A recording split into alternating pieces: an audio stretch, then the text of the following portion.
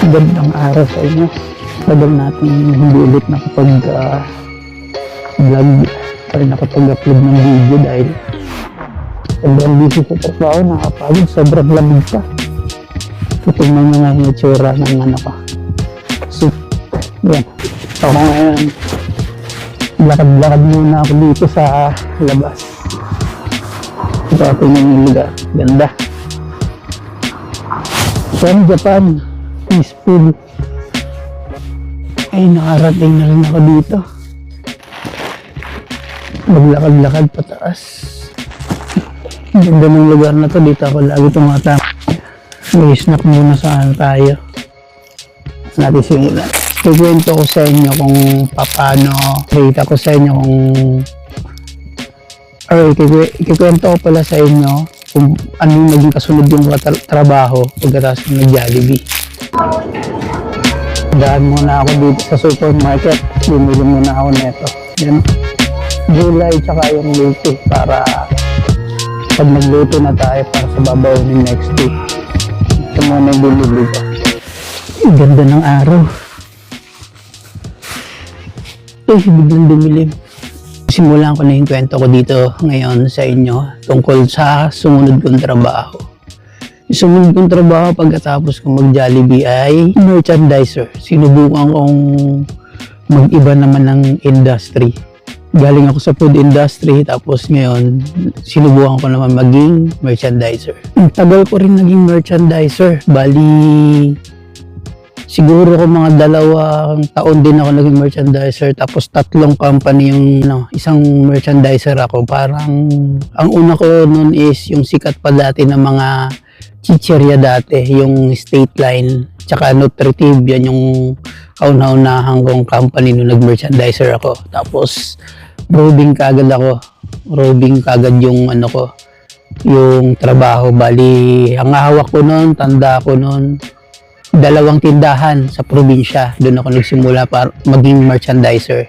Kaya doon ko sinimulan yung trabaho na parang ibang trabaho na naman, yung ibang industry.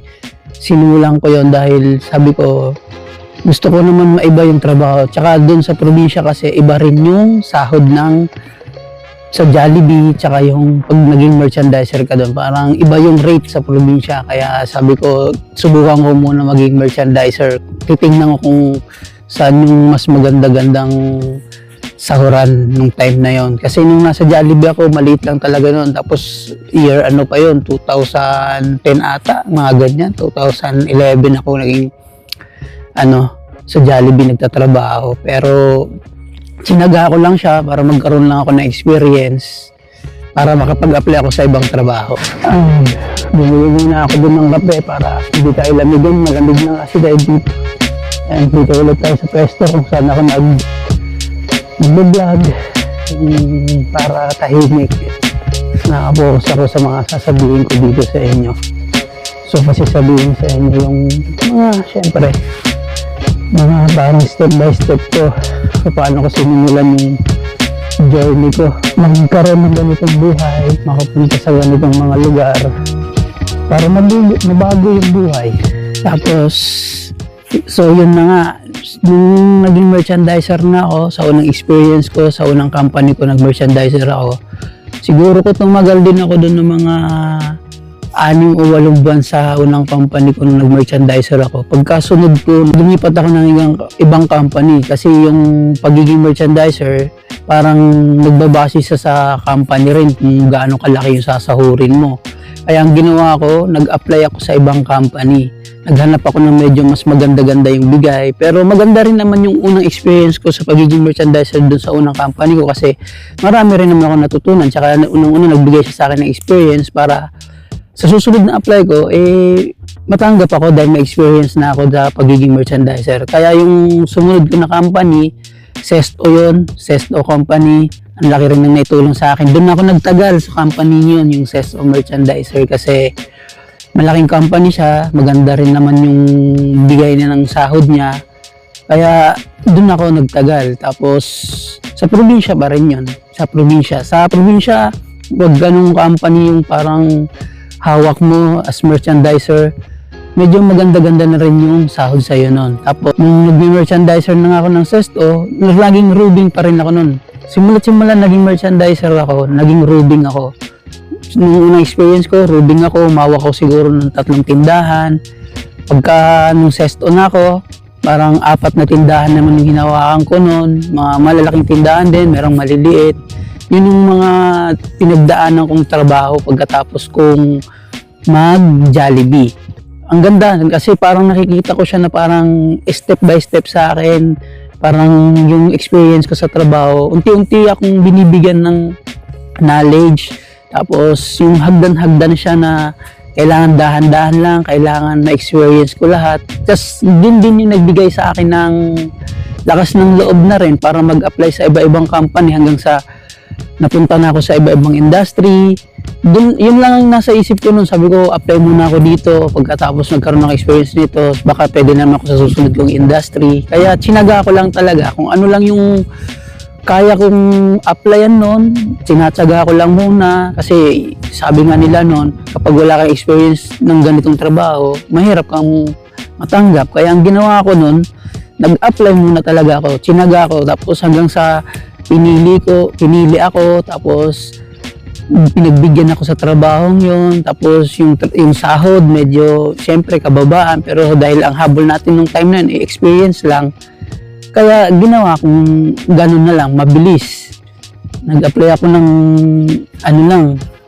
walang kasiguruhan, pero sabi ko sa sarili ko, pag natanggap, okay, pag hindi natanggap, ayos lang din naman. Pero sa awa naman ng Diyos, sa mga pinagdaanan kong trabaho, ang laking na itulong sa akin nun. Ang laking tulong talaga sa akin nun. Kaya yung mga experience ko na yon nung dumating na ako dito sa ibang bansa, nag-apply ako sa ibang bansa, nagamit ko siya kasi ang dami ko na experience pagdating sa trabaho.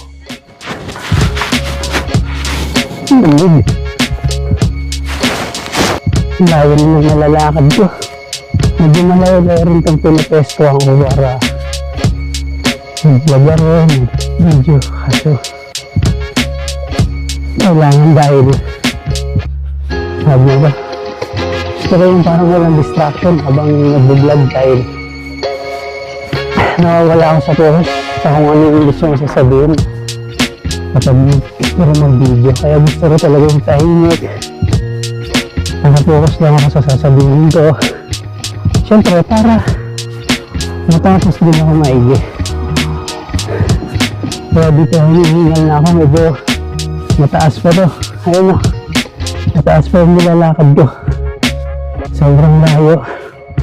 Nakaroon din ako dito ng video yung paano ako nakarating dito sa lugar na to. Lagi ko na lang nakakalimutan gawin ng video yung pagpunta ko rin dito sa lugar na to. Sa kung paano ko narating yung proseso step by step doon, sasabihin ko sa inyo. Dito na ako.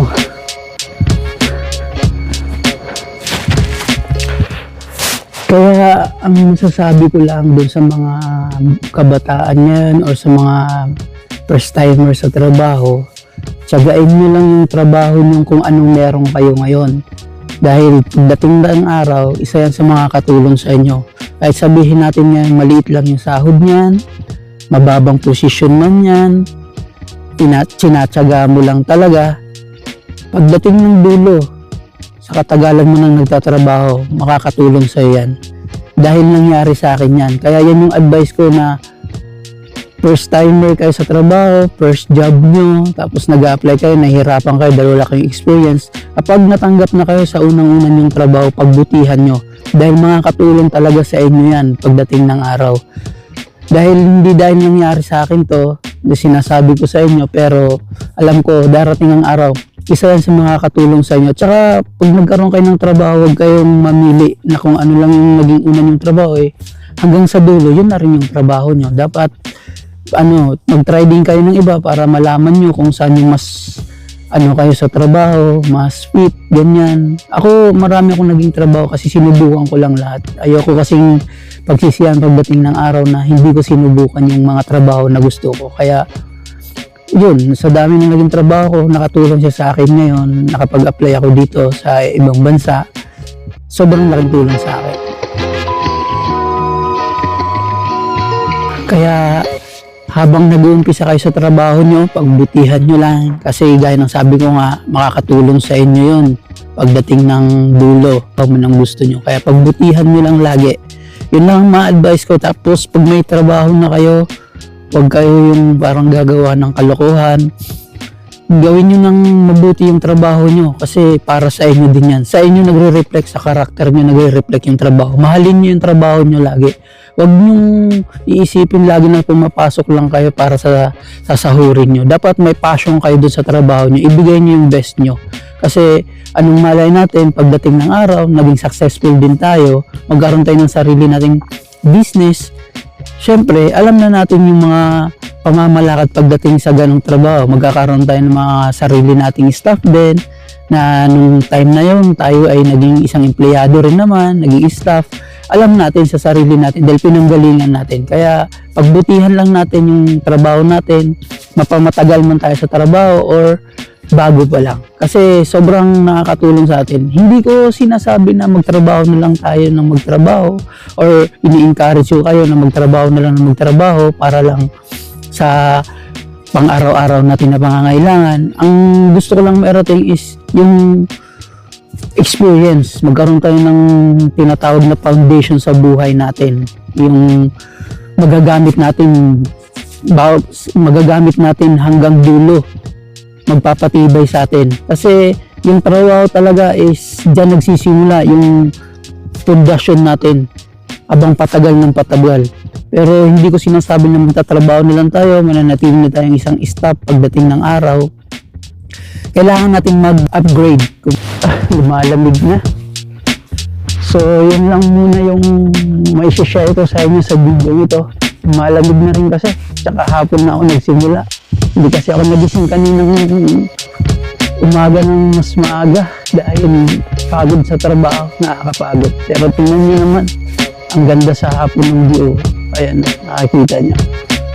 Ang ganda.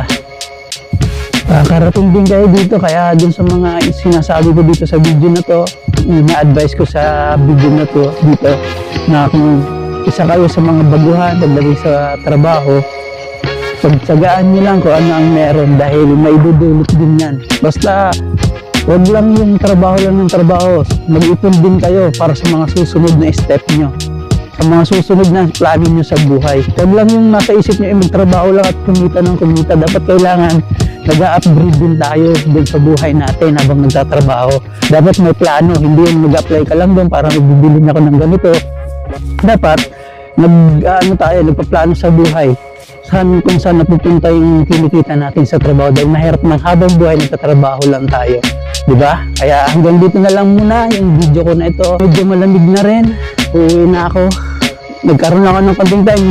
Ang tagal ko rin talagang hindi nag-share or nag-kwento dito kasi gusto ko talaga ma-document yung istorya ng buhay ko dahil gusto ko sana kahit paano maka-inspire din sa ibang mga baguhan na gusto magtrabaho at may gustong marating sa buhay. So dito lang muna.